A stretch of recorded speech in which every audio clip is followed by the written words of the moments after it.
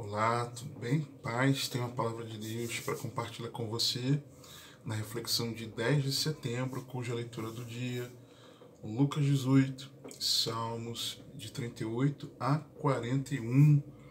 E vamos direto aqui para o texto, porque a vida é breve. Salmo 39, versículos 1 a 5.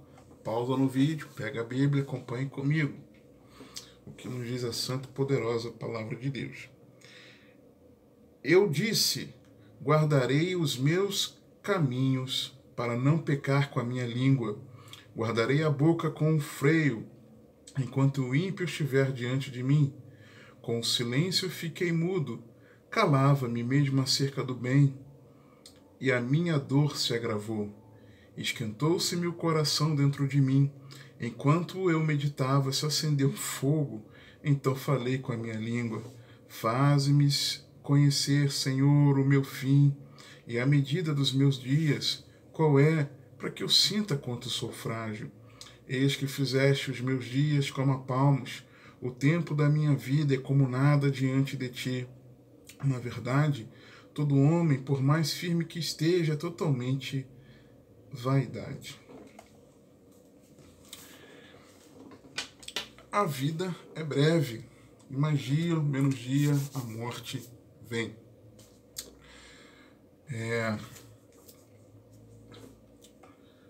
Conta-se a diferença entre duas figuras proeminentes no passado. É o seguinte: a primeira delas teria dito o seguinte, abre aspas: estou abandonado por Deus e pelos homens, vou para o inferno. Ó Cristo, ó Jesus Cristo. Fecha aspas. Palavras essas atribuídas a Voltaire, quando estava no seu leito de morte. Mas outras palavras disse o evangelista Moody, no momento em que deixava este mundo. Abre aspas. A terra recua, os céus estão abertos. Deus me chama. É isto a morte? É uma bênção, é suave, é gloriosa. Não me retenham. Se o incrédulo vir chegar com angústia os últimos instantes da sua vida, isso não nos surpreende, porque a Escritura nos fala do medo da morte. Hebreus 2,15 e da amargura, 1 Samuel 22 e 23. Então, não tem problema. O homem que tem vivido somente para as coisas do mundo, sem jamais olhar para o céu, ele sente então que tudo vai lhe escapar, que finalmente tudo que procurou na vida foi em vão. O cristão, ele até pode se sentir assim nesses momentos, pela vaidade de tudo que há no mundo, ou mesmo pela dor de deixar aqueles que ele ama na aflição. Mas um caminho luminoso abre-se diante dele, o caminho do céu. A palavra de Deus, ela tem uma expressão muito grandiosa para designar os momentos, esse momento em que um cristão parte, adormecer. E dorme no Senhor, adormeceu. A morte de Estevão, por exemplo, diz que depois de ele ver Jesus, clamar para que os algozes fossem perdoados, os céus abertos, Jesus de pé à destra do trono de Deus, ali o recebendo em honra, que estava sendo martirizado. O texto diz que ele adormeceu. Paulo se refere, por exemplo, àquela questão de, olha, eu não sei, estou dividido, não sei se eu vou ou se eu fico, se eu quero ir ou se eu quero ficar. Mas estar com Cristo é incomparavelmente melhor. Estar com Cristo é adormecer e estar com Cristo para o cristão. A pergunta é, você está preparado? A vida é breve. Você vai reagir como Voltaire, oh Cristo, eu vou pro inferno. Ou você, ih, morrer é isso? Eu estou vendo a terra recuar. Ou seja, você numa estrada, por exemplo, conforme você vai passando, por onde você já passou, ficou para trás. Na tua visão, se você olhar pelo retrovisor, está recuando. Olhou para trás, está recuando. Mas quando. E o céu está se abrindo diante de você. Porque você está saindo, se distanciando da terra, caminhando para o céu. E você vai entender que isso é glorioso. A vida é breve. A vida é breve. Você está preparado? A vida, nessa brevidade aqui que nós vemos relatada, alguns outros textos na palavra nos mostram que, sobre a brevidade da vida, que isso faz parte da nossa humanidade. Salmos 144, versos 3 e 4. Senhor, que é o homem para que o conheças e o filho do homem para que o estimes? O homem é semelhante à vaidade. Os seus dias são como a sombra que passa. A brevidade da vida, vemos também, que não pode se comparar à eternidade. Salmo 90, versos 3 a 6.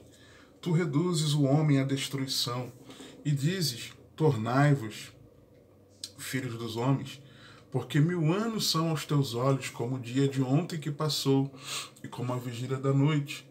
Tu os levas como uma corrente de água, são como um sono. De manhã são como a erva que cresce, de madrugada floresce e cresce, à tarde corta-se e seca. A brevidade da vida é comparada à visão de Deus de que 1000 anos são como o dia de ontem que passou. Deus criou o tempo e o espaço. Deus está além do tempo e do espaço. Para Deus, o ontem e o amanhã são hoje.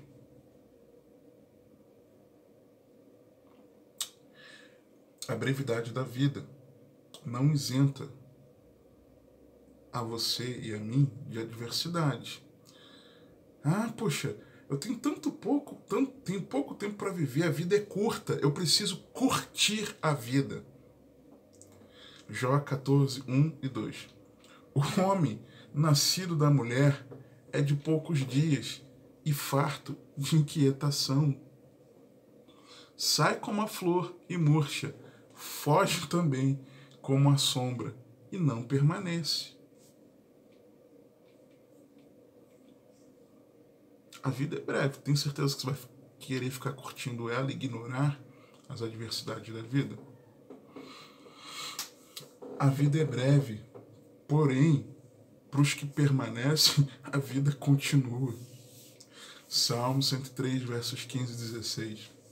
Quanto ao homem, os seus dias são como a erva, como a flor do campo, assim floresce. Passando por ela o vento, logo se vai, e o seu lugar não será mais conhecido.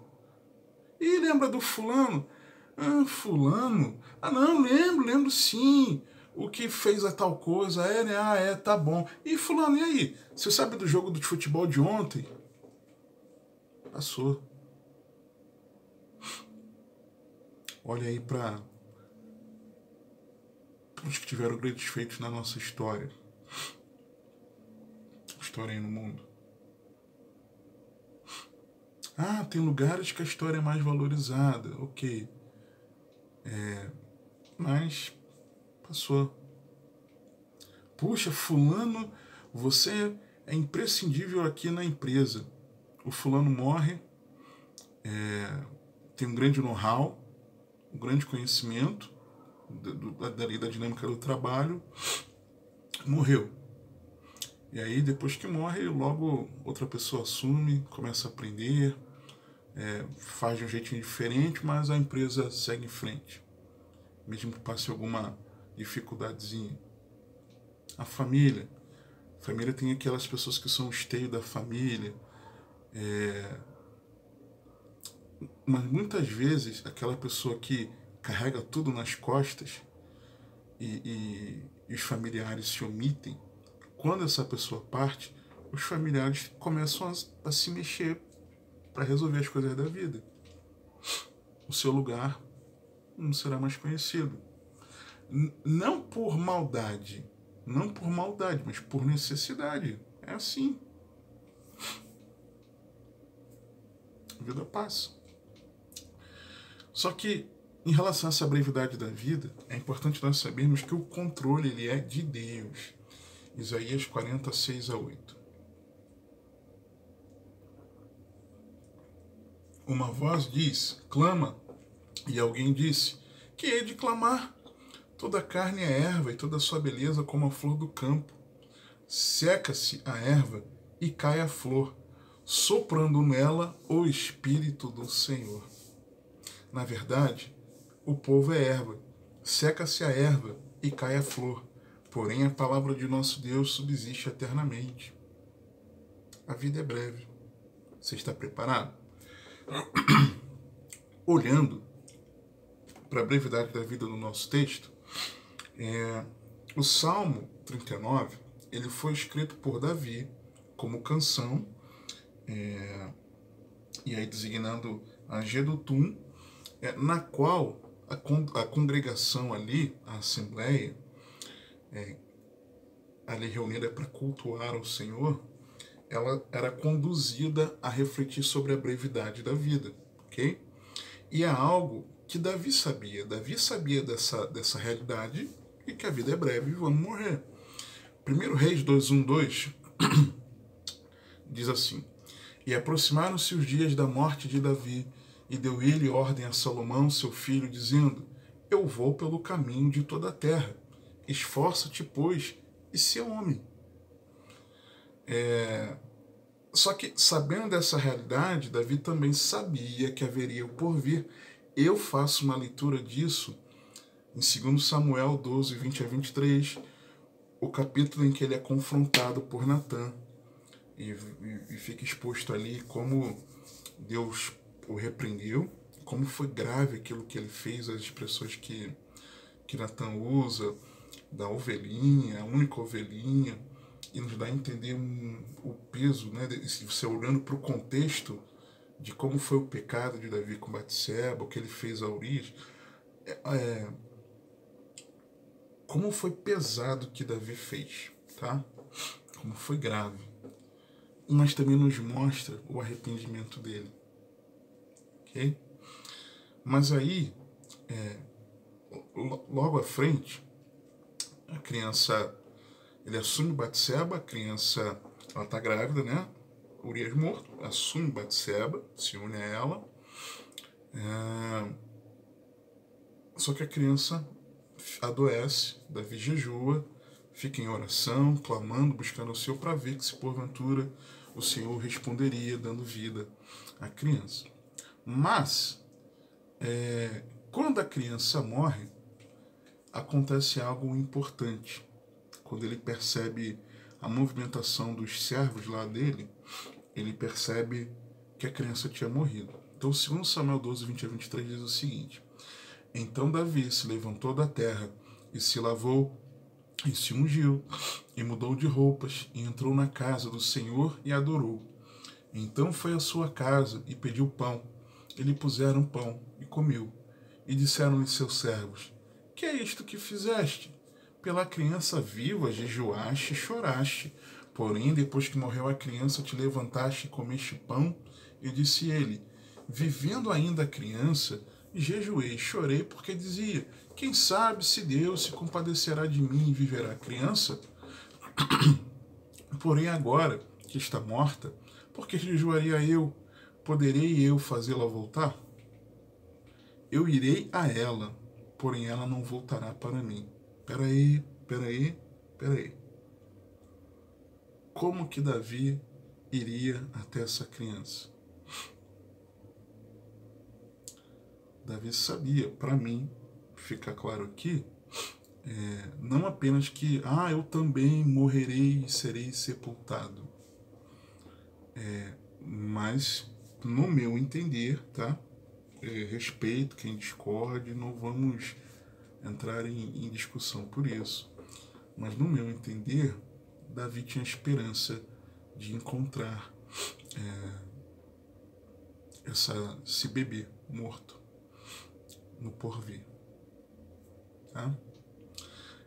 E aqui no texto, Salmo 39, nós vemos por dois momentos, nos versículos 5 e 11, o Salmo trazendo um interlúdio.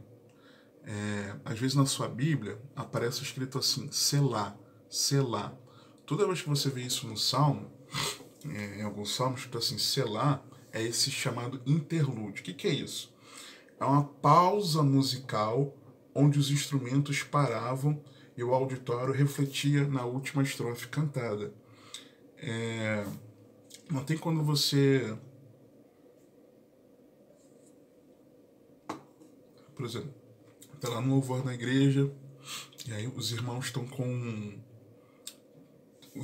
estão tocando os instrumentos param os instrumentos e às vezes naquele momento fica só a congregação, só as vozes, vamos chamar assim. Nessa hora, não sei se você consegue perceber que às vezes você consegue refletir melhor a respeito do que você está cantando ali, né? Uma coisa. Ali na nossa igreja,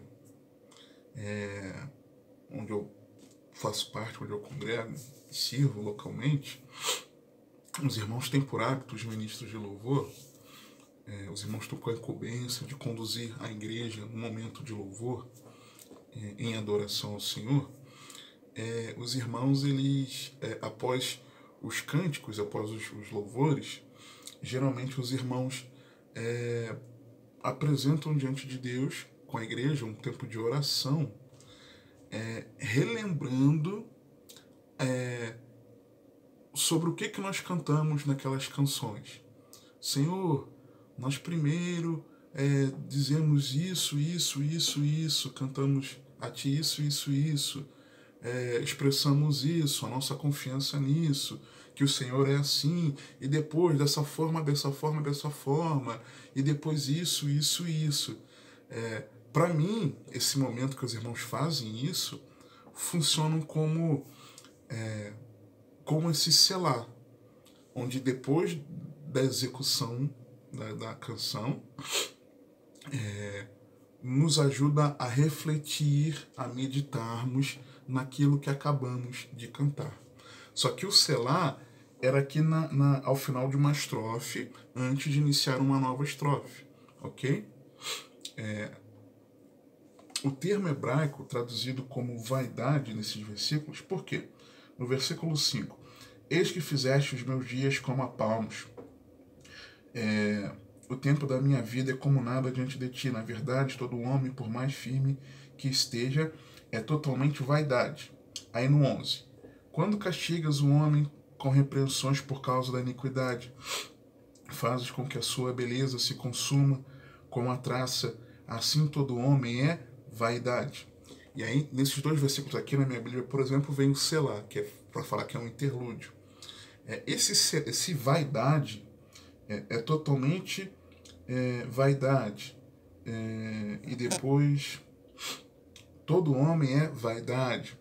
Esse termo hebraico traduzido como vaidade, no final desses dois versos, é rebel, que significa vapor, fôlego, vaidade ou em vão, mas primordialmente vapor e fôlego.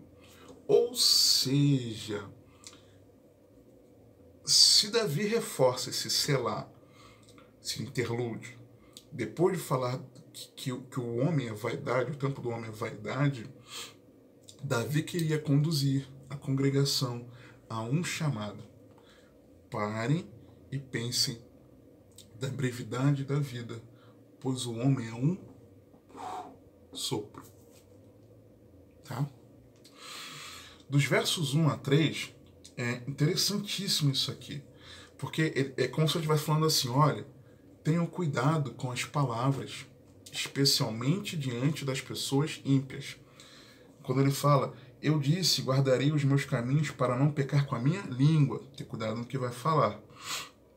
Guardarei a boca com o freio enquanto o ímpio estiver diante de mim. Vou ter o cuidado que eu vou falar diante do ímpio. Por quê? Olha o que ele diz, no versículo 2: com o silêncio fiquei mudo. Calava-me mesmo acerca do bem, e a minha dor se agravou. Ou seja, eu me calei mesmo sobre o bem que me acontecia. Porque eu não queria nem falar do que era bem, porque eu tinha medo de acabar falando do que era mal, do que estava acontecendo de ruim da minha vida. Que o que eu falasse parecesse que eu estava murmurando, reclamando de Deus, falando mal de Deus, falando dos problemas da minha vida, que são inerentes. As adversidades fazem parte. Lembra? Em Jó, que os dias são poucos e a vida é inquietação. É normal. A adversidade faz parte da vida de qualquer ser humano. E aí Davi está falando, eu tive cuidado de não ficar falando diante dos ímpios, nem do que é do bem que estava me acontecendo, porque poderia escapar o mal e parecer que eu estava murmurando contra Deus. Então tenham cuidado com as palavras. Se vocês tiverem que falar, falem com o Senhor. E por que eu digo isso? Porque no versículo, no 3 ele fala: esquentou-se-me o coração dentro de mim enquanto eu meditava, se acendeu o fogo, não me aguentei. Então falei com a minha língua. E ele falou com quem? Versículo 4, na parte A: faze-me conhecer, Senhor.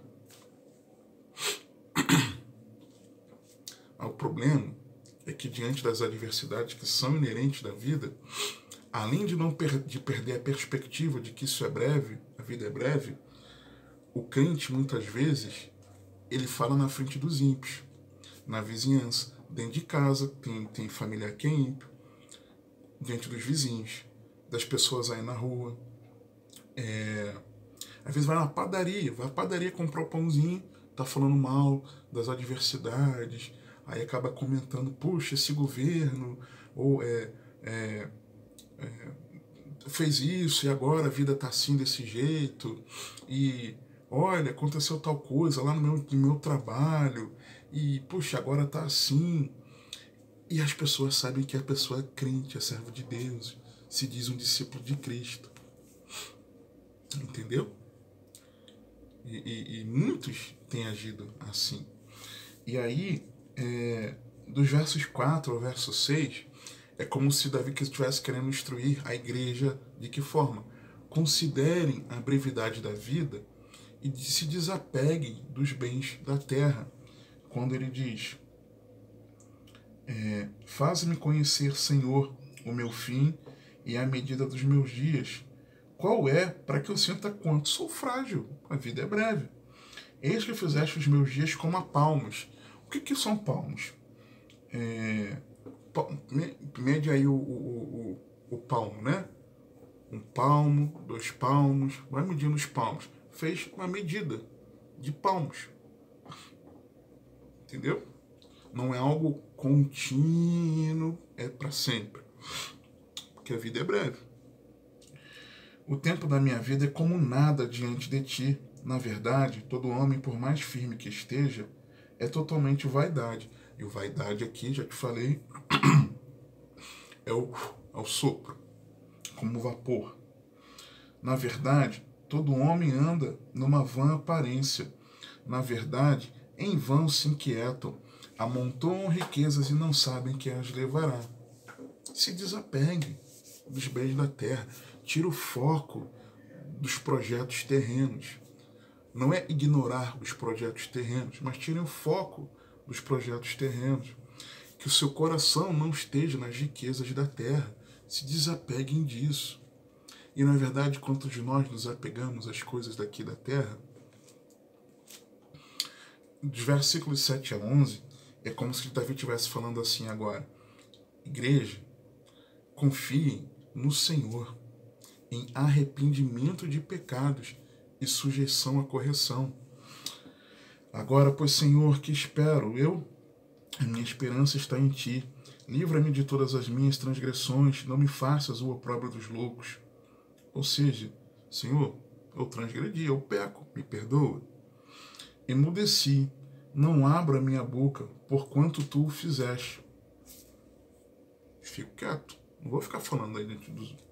Tira de sobre mim a tua praga, estou desfalecido pelo golpe da tua mão. Estou passando as adversidades aí, Senhor, estou enxergando que isso é correção sua. Quando castigas o homem com repreensões por causa da iniquidade, me lembra lá de Hebreus 12, o Pai Celestial nos corrige, porque o Pai corrige a quem ama. Se não recebemos a correção, somos então bastardos. Quando castigas um homem com repreensões por causa da iniquidade, fazes com que a sua beleza se consuma como a traça. Assim todo homem é vaidade. Povo, converta-se a Deus, renda-se a Deus, entregue-se a Deus em arrependimento e submeta-se à sua correção. Quebrante-se, aprenda. Aprenda nesse tempo que Deus está permitindo você viver de correção. Às vezes não. Ou como consequência do seu pecado. Mas se submeta ao Senhor, confie nele. Nos versos 12 e 13, é como se ele estivesse falando, olha, vocês precisam não se apegar na terra, mas vocês terem um olhar para o céu, e o meio de vocês fazerem isso é confiando no Senhor.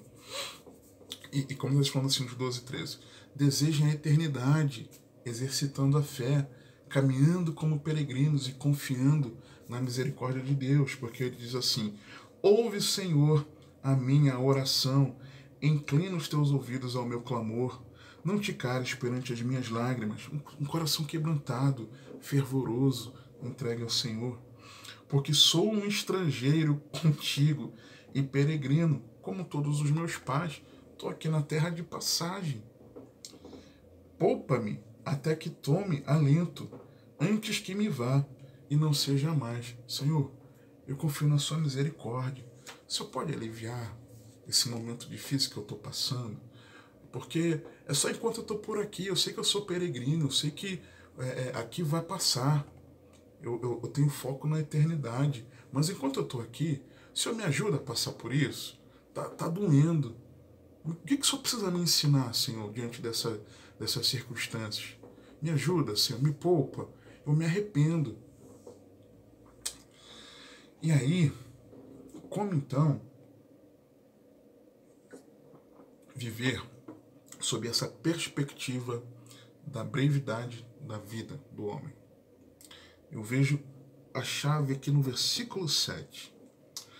Agora, pois, Senhor, que espero eu? A minha esperança está em ti. Ou seja, é em nós ter a viva esperança. Só que essa viva esperança, ela só vai existir no nosso coração, e saber que a vida é breve, nos posicionarmos aqui, quando nós nascermos de novo para essa viva esperança. Quando nós nascermos de novo para essa viva esperança. 1 Pedro, capítulo 1, nos ajuda a enxergar essa verdade. 1 Pedro, capítulo 1, a partir dos versículos 3 a 5, e depois nós vamos ver de 23 a 25. Olha o que nos diz a palavra de Deus. Bendito seja o Deus e Pai de nosso Senhor Jesus Cristo, que segundo a sua grande misericórdia, nos gerou de novo para uma viva esperança, pela ressurreição de Jesus Cristo dentre os mortos. Em Jesus nós somos gerados para essa viva esperança. E isso aconteceu com a ressurreição de Jesus. Por quê? Quando Jesus ressuscitou, isso foi a prova de que os meus e os teus pecados, pela fé em Jesus, foram justificados, porque a justiça do Pai foi plenamente satisfeita em Jesus, que com a sua morte no nosso lugar, derramando seu precioso sangue por causa dos nossos pecados, que sobre ele foram lançados, ele sendo maldição no nosso lugar, para que nós fôssemos benditos pela fé nele.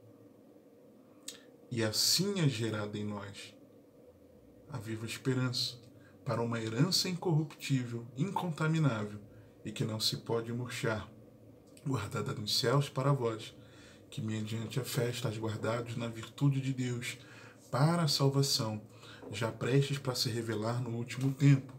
E aí o versículo 23, sendo de novo gerados, não de semente corruptível, mas da incorruptível, pela palavra de Deus viva e que permanece para sempre. Porque toda a carne é como a erva, e toda a glória do homem como a flor da erva. Secou-se a erva e caiu a sua flor, mas a palavra do Senhor permanece para sempre. E esta é a palavra que entre vós foi evangelizada. Nós somos gerados por uma viva esperança em Cristo. E somos gerados de novo para essa viva esperança pela palavra de Deus, a palavra na qual nós fomos evangelizados. Porque a vida do homem é como a flor da erva, a carne é como a erva e a glória é como a flor da erva. Seca a erva, cai a flor, mas a palavra do Senhor é eterna. Ou seja, para que você tenha essa esperança da vida eterna, você precisa ser gerado de novo por essa eterna palavra que nos foi evangelizada, o Evangelho. Como eu vivo aqui com essa perspectiva de que a vida é breve? É acolhendo no meu coração o Evangelho. O Evangelho que me faz, por meio do qual Deus me faz ser gerado de novo, nascer de novo, para essa viva esperança. A vida é breve, mas você está preparado? Que o Senhor te abençoe e te guarde, que Ele te conduza e governe a sua vida, porque você tem acesso.